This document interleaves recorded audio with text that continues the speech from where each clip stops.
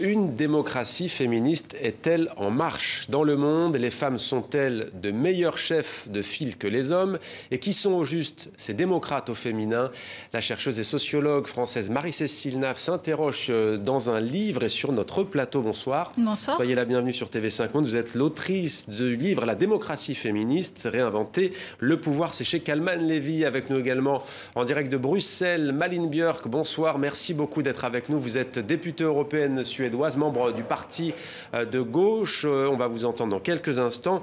Marie-Cécile Nave, d'abord, les deux mots sont puissants, juxtaposés, démocratie, féministe. Qu'est-ce que c'est au juste? C'est une envie de réfléchir à un monde après Trump, en fait. Le point de départ de ce livre, c'est ça, c'est-à-dire réinventer le pouvoir, inventer, créer un pouvoir qui soit ni prédateur sur les autres, ni prédateur sur la planète, et qui promeuvent un leadership respectueux de la science, respectueux des savoirs d'expertise, du savoir citoyen en particulier.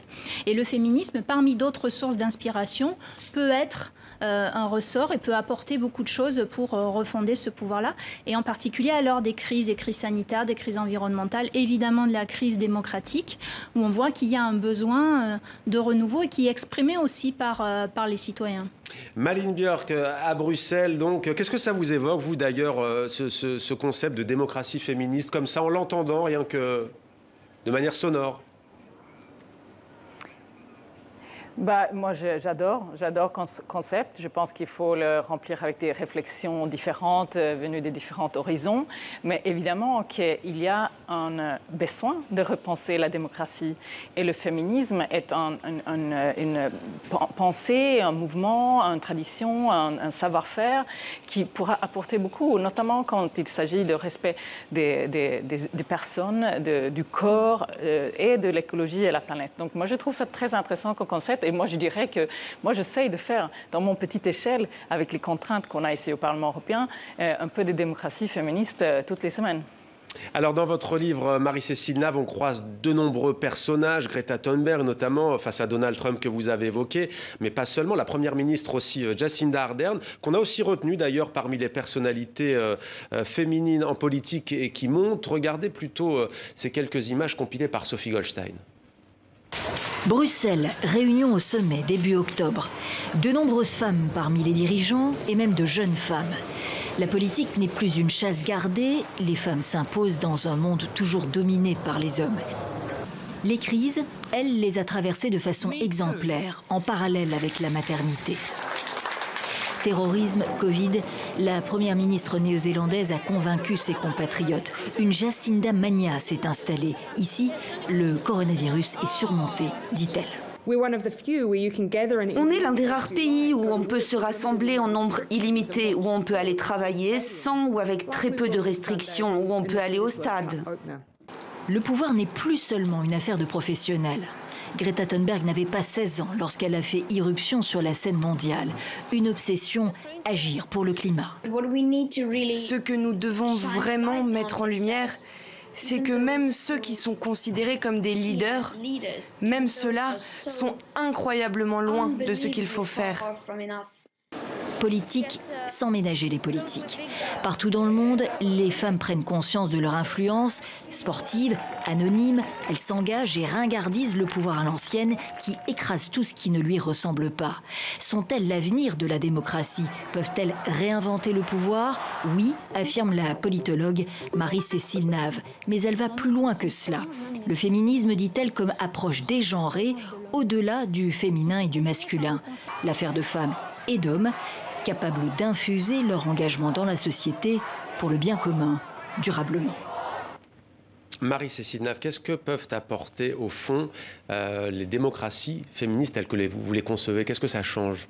Alors, c'est d'abord une confiance dans la science, une confiance dans la recherche qui est beaucoup disqualifiée aujourd'hui par les nationaux populistes. On a vu Trump à l'image, on pourrait penser à Bolsonaro, Viktor Orban, Poutine et d'autres, qui ont une vision du pouvoir extrêmement verticale, qui ne font pas confiance aux corps intermédiaires et qui disqualifient la science à coup de fake news et de désinformation.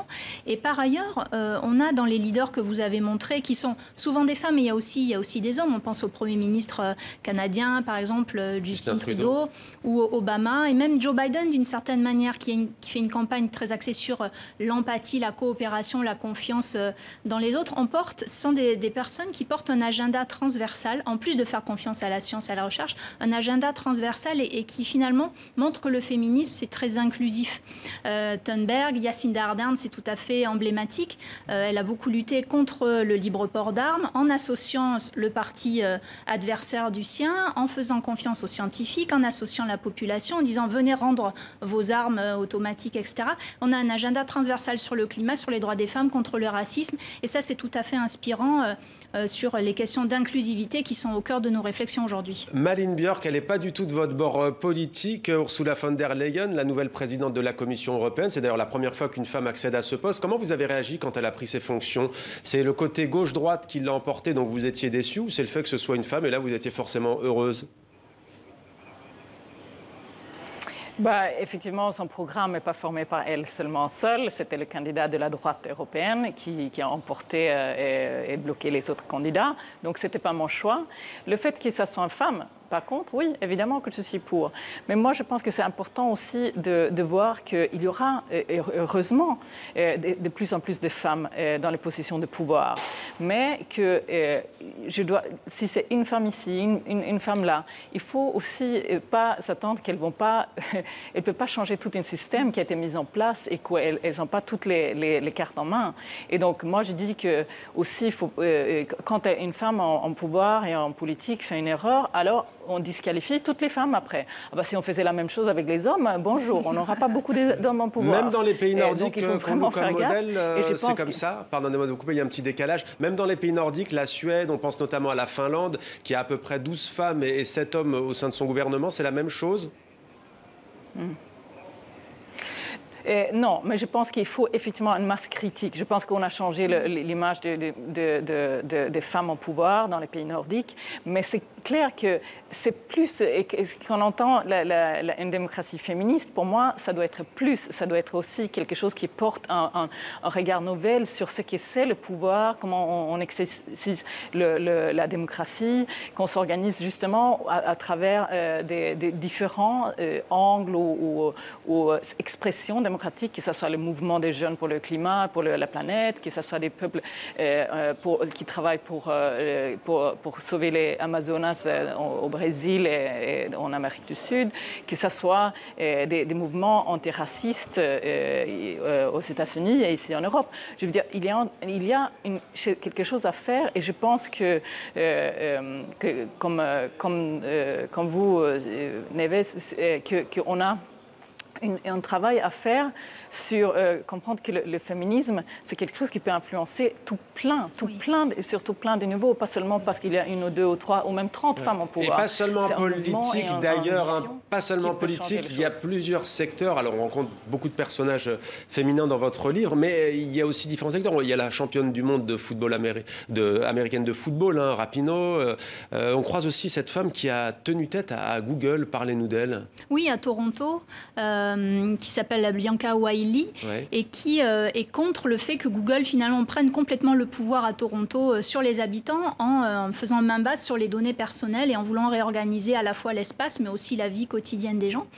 Et donc c'est une figure qui va pas forcément revendiquer un féminisme mais qui incarne pour moi ce féminisme dont je parlais tout à l'heure parce qu'elle a un agenda assez transversal. Elle parle d'environnement, elle parle de respect des besoins des habitants, elle parle aussi d'égalité et elle part de ce que les gens revendiquent et de ce que les citoyens et les citoyennes vont revendiquer. Donc c'est un pouvoir très participatif, c'est un rapport à l'autre qui est le contraire de la prédation comme peut être aussi le néolibéralisme incarné par les hommes peuvent incarner aussi cette vision féministe. Bien sûr, c'est pas... D'une part, le féminisme n'est pas nécessairement toujours incarné par des femmes. Il y a des femmes qui sont antiféministes, on le sait, à l'extrême droite, en particulier en Europe, elles sont très présentes. Les hommes peuvent l'incarner. Donc, il y a quand même une question de programme termes d'agenda et évidemment aussi de gouvernance, de style de gouvernement, comment on gouverne, quel leadership on veut promouvoir. Et donc ça, effectivement, on le retrouve dans toutes les sphères sociales, dans le sport, dans le divertissement, dans l'art.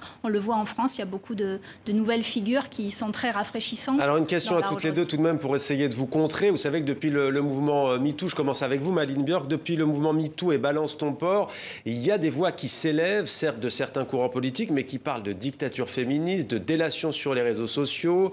Qu'est-ce que vous répondez à cet argument ? Bah, écoutez, je trouve que c'est lamentable. En fait, je pense qu'il y a le machisme. Le machisme, elle est violente, elle tue, elle harcèle. Et je pense qu'il y a tellement de victimes à cette violence machiste que quand les femmes et d'autres personnes aussi parlent enfin et dénoncent ce qui se passe, qu'après, il y a un petit groupe plutôt de masculinistes qui se révoltent contre ça, mais je trouve ça, ça en soi, et que ça prend cette ampleur-là, moi je trouve ça violent en soi.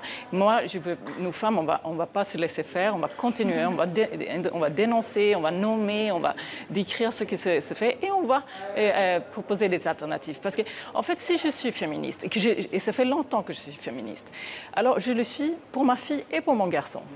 Donc, c'est des enfants je les veux plus libres, je les veux plus égalitaires, je veux un monde plus égalitaire, plus libre. C'est pour les deux. Mais c'est très clair qu'on a vécu dans ce système patriarcal qui a limité la vie des filles et des femmes beaucoup plus que ça a limité la vie des garçons. Mais le féminisme, pour moi, c'est une vision qui est pour les femmes, pour les hommes, mais c'est surtout pour plus d'égalité et plus de liberté. Oui. Alors, une réaction, elle a évoqué, Malin Björk, les masculinistes. Il en est question dans votre livre.